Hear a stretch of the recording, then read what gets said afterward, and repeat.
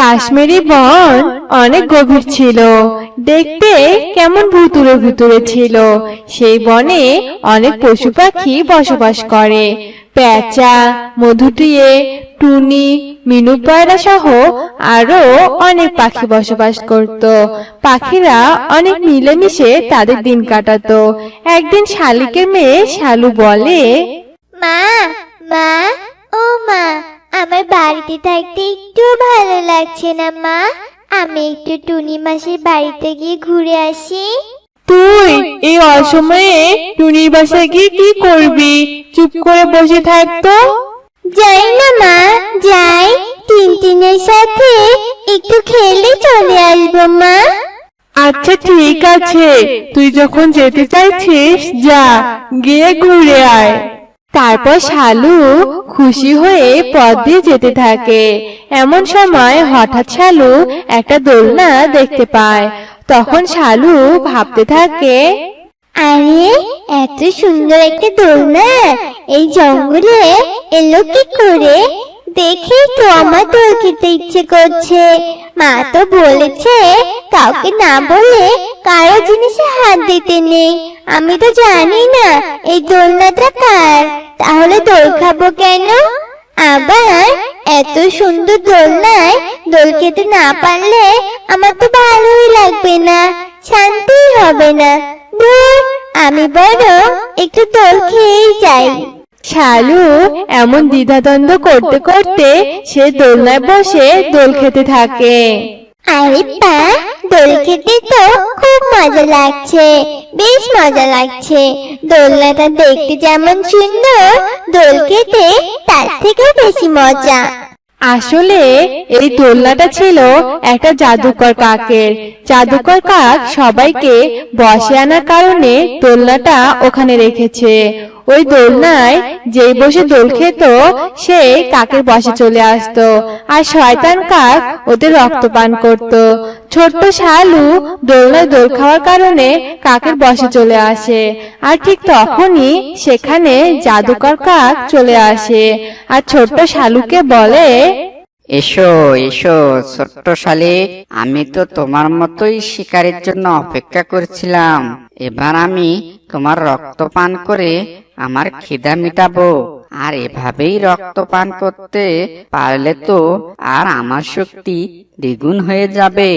আর এই ছোট্ট শালিকের ছানাটা তো এখন আমার বসে, আমি একে যা বলবো এ আমার সব কথা শুনবে। কি তোমাকে এবার মেরে তোমার রক্ত খাবো? আমি প্রস্তুত, আমার রক্তপান করতে পারেন মহারাজ। তারপর জাদুকর কাক ছোট্ট শালুর রক্তপান করে। ছোট্ট শালু সেইখানেই মারা যায়, আর ওর মৃত দেহটা জঙ্গলের এক কোণায় রেখে চলে যায়। এইদিকে মেয়ে না ফেরার কারণে শালিক অনেক চিন্তায় পড়ে যায়, আর খুঁজতে খুঁজতে জঙ্গলের এক কোণায় ওর মেয়ের মৃতদেহ দেখতে পায়। কি, এই তো আমার মেয়ে, আমার মেয়ের এই অবস্থা হলো কি করে? মা, মা, তাকা আমার দিকে, তাকা বলছি। শালিক ওর মেয়ের লাশ নিয়ে অনেক কান্না করতে থাকে, কিন্তু ওর আর করার কিছু থাকে না। এরপর বেশ কয়েকদিন পার হয়ে যায়। শালুর মতো মধুটিও ওই দোলনায় বসে দোল খাচ্ছিল, আর জাদুকর কাক মধুটিয়েরও রক্তপান করে, টিয়েকে মেরে ফেলে। এভাবে পুরো বনে এসব কথা ছড়িয়ে পড়ে, কিন্তু কে রক্তপান করছে আর কিভাবে করছে কেউ এসব জানতে পারে না। একদিন টিনটিন আর কুকু জঙ্গলে খেলছিল, এমন সময় ওরা দোলনাটা দেখতে পায়। এই টিনটিন, দেখ না, দেখ ওই দোলনাটা কত সুন্দর। আমরা ওই দোলনায় একটু দোল খাই। না না কুকু, আমাদের এভাবে দোলনায় ওঠা ঠিক হবে না। তুই দেখছিস না জঙ্গলে কি সব অদ্ভুত অদ্ভুত ঘটনা ঘটছে। কুকু টিনটিনের কোনো কথাই শুনে না। কুকু গিয়ে দোলনায় বসে আর মজা করে দোল খেতে থাকে। এমন সময় জাদুকর কাক সেখানে আসে। এসো এসো আমার শিকার, আমি তো তোমার জন্যই অপেক্ষা করছিলাম, তোমায় যে রক্ত খাবো। জাদুকর কাকের কথা শুনে কুকু কাকের কাছে যায়। কুকু, তুই এসব কি করছিস? পালিয়ে যা এখান থেকে। তোর রক্ত খাবি বলছে আর তুই কেন এগিয়ে যাচ্ছিস? আমার কথা শোন, তুই এখানে আয়, আমরা উড়ে মায়ের কাছে যাই। কুকু টিনটিনের কোনো কথাই শুনে না। জাদুকর কাক কুকুর রক্তপান করে মেরে ফেলে, আর টিনটিন এসব কিছু দেখে সেখান থেকে পালিয়ে যায় আর সব পাখিদের ডেকে এনে সবটা খুলে বলে। সবটা শুনে সবাই অনেক ভয় পেয়ে যায়, আর শালিক বলে, শয়তান জাদুকর কাক, তুই তাহলে সেদিন আমার মেয়েকে দোলনায় বসে নিচ্ছিলি আর আমার মেয়ের রক্তপান করেছিস। এবার তো আমি মেয়ের মৃত্যুর প্রতিশোধ নিবই। তুমি একা নও শালিক বোন, আমিও আছি তোমার সাথে। ওই শয়তান আমার মেয়েকে খেয়ে ফেলেছে। আমি আমার মেয়েকে ছাড়া একা একা কিভাবে থাকবো বলো তো?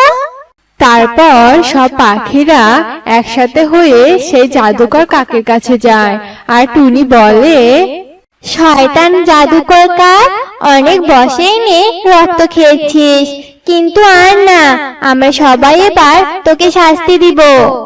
এরপর সবাই কাককে অনেক মারতে থাকে, কিন্তু জাদুকর কাকের কিছুই হয় না।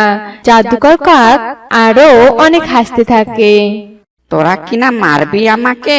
তোদের সেই সাহস নেই, বুঝছিস?